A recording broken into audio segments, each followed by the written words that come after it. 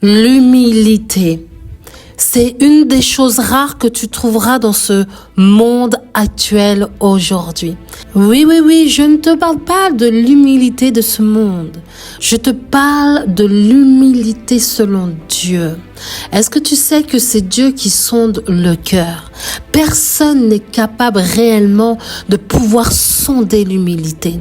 C'est quelque chose qui n'est pas palpable à l'œil nu, qui n'est pas palpable par les actions. C'est quelque chose qui est ancré dans le cœur d'une personne, dont seul Dieu peut réellement voir et sonder le cœur. Alors, j'aimerais continuer à te parler de l'histoire de Daniel, parce qu'elle nous apprend énormément sur l'humilité, mais également sur l'orgueil. Alors, qui était Daniel? C'était un déporté. Lorsque Daniel avait 17 ans, sa vie elle a basculé. C'était un adolescent hébreu qui a grandi parmi la noblesse juive de Jérusalem. Il a été capturé par le roi Nebuchadnezzar. Et de sa ville natale, conquise, a été emmené de force à Babylone. Peu après son arrivée, Daniel et 3 de ses amis et un groupe d'autres jeunes, membres de la famille royale et de la noblesse juive, ont été mis à l'entraînement royal. Ils ont été formés, du coup. Voilà. La formation, elle a duré 3 ans.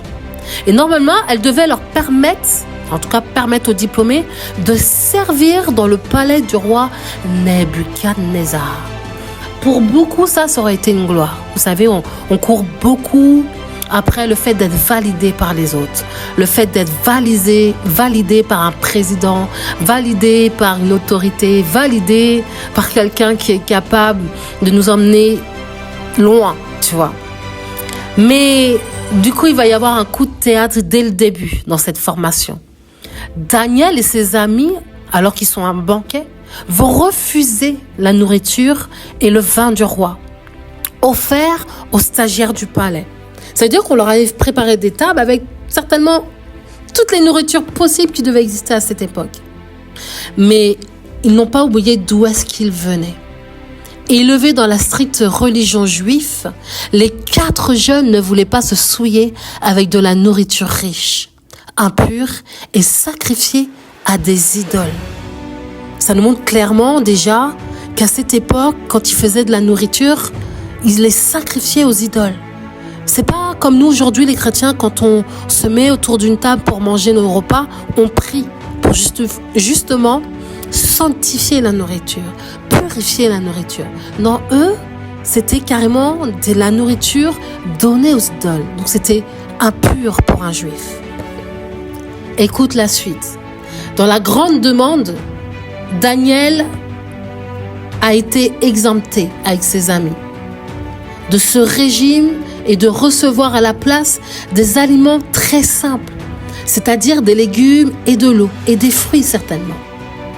Le représentant du roi qui a reçu sa demande, il a d'abord résisté. Il a dit « Wesh, tu vas faire comme tout le monde, hein, ok? Tu vas te plier. Tout le monde mange ça. Tout le monde a l'habitude de manger Burger King ou McDonald's. Donc tu vas pas faire le difficile et tu vas manger McDonald's comme tout le monde. »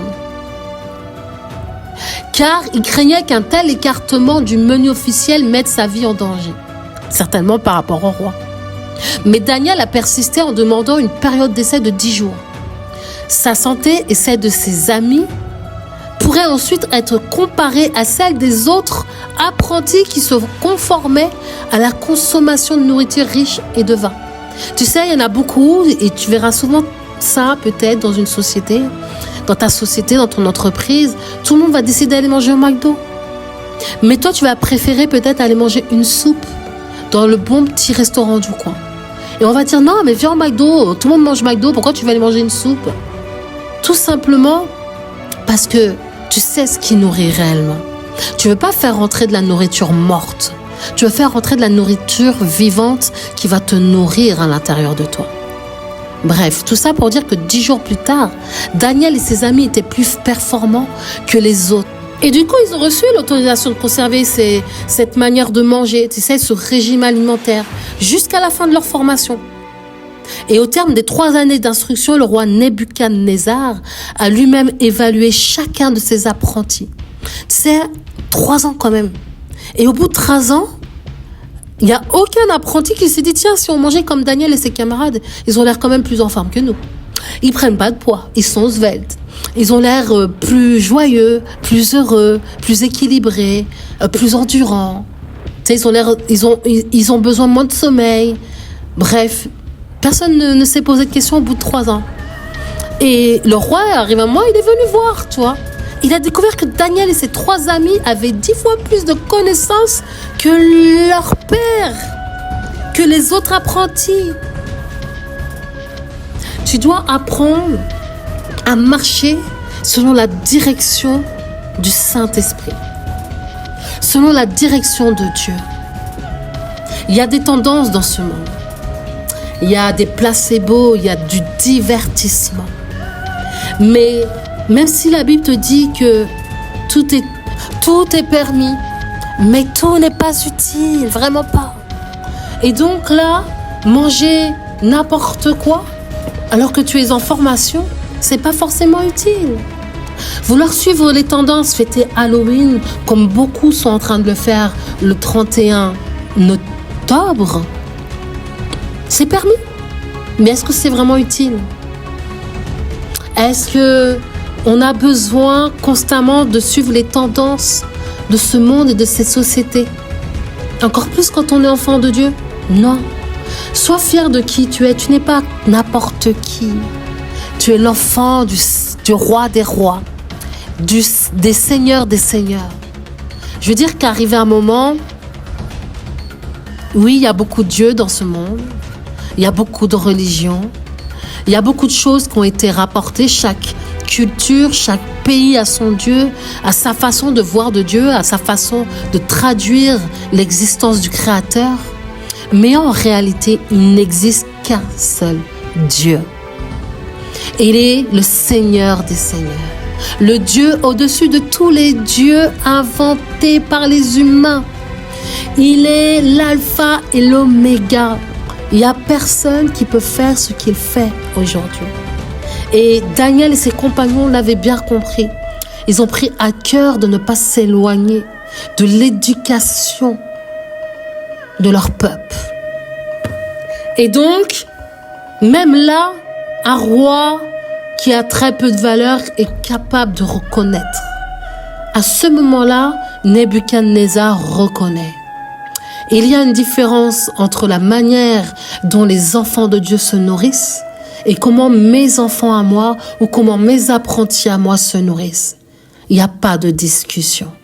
Et c'est pour ça qu'il les a choisis.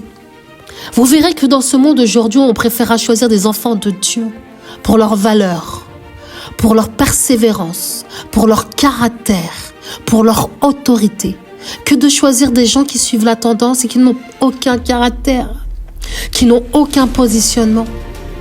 On préférera choisir des enfants qui attirent la bénédiction de Dieu dans sa société, dans son entreprise, que de choisir un enfant qui attire la malédiction, qui attire la poisse, qui attire le négatif, qui attire la mauvaise atmosphère.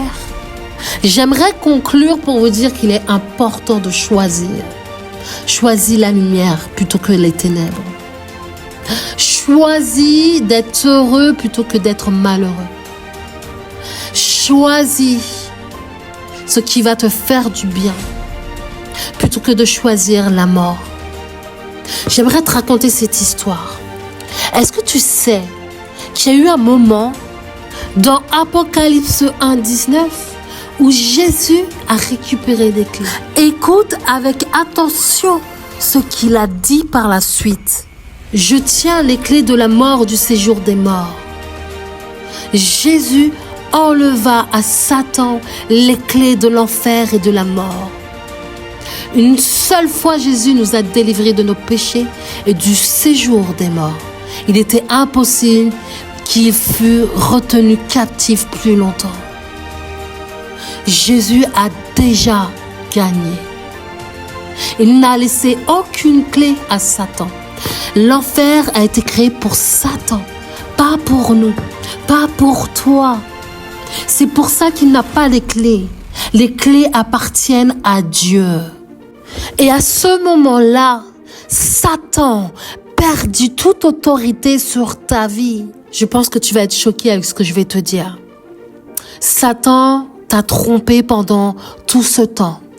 Il t'a fait croire qu'il avait de la puissance. Il t'a fait croire que c'était lui l'autorité. Il t'a fait croire qu'il dominait sur toi. Mais en réalité, c'est toi qui domines sur lui. Et il est temps que tu lui rappelles sa position sous tes pieds.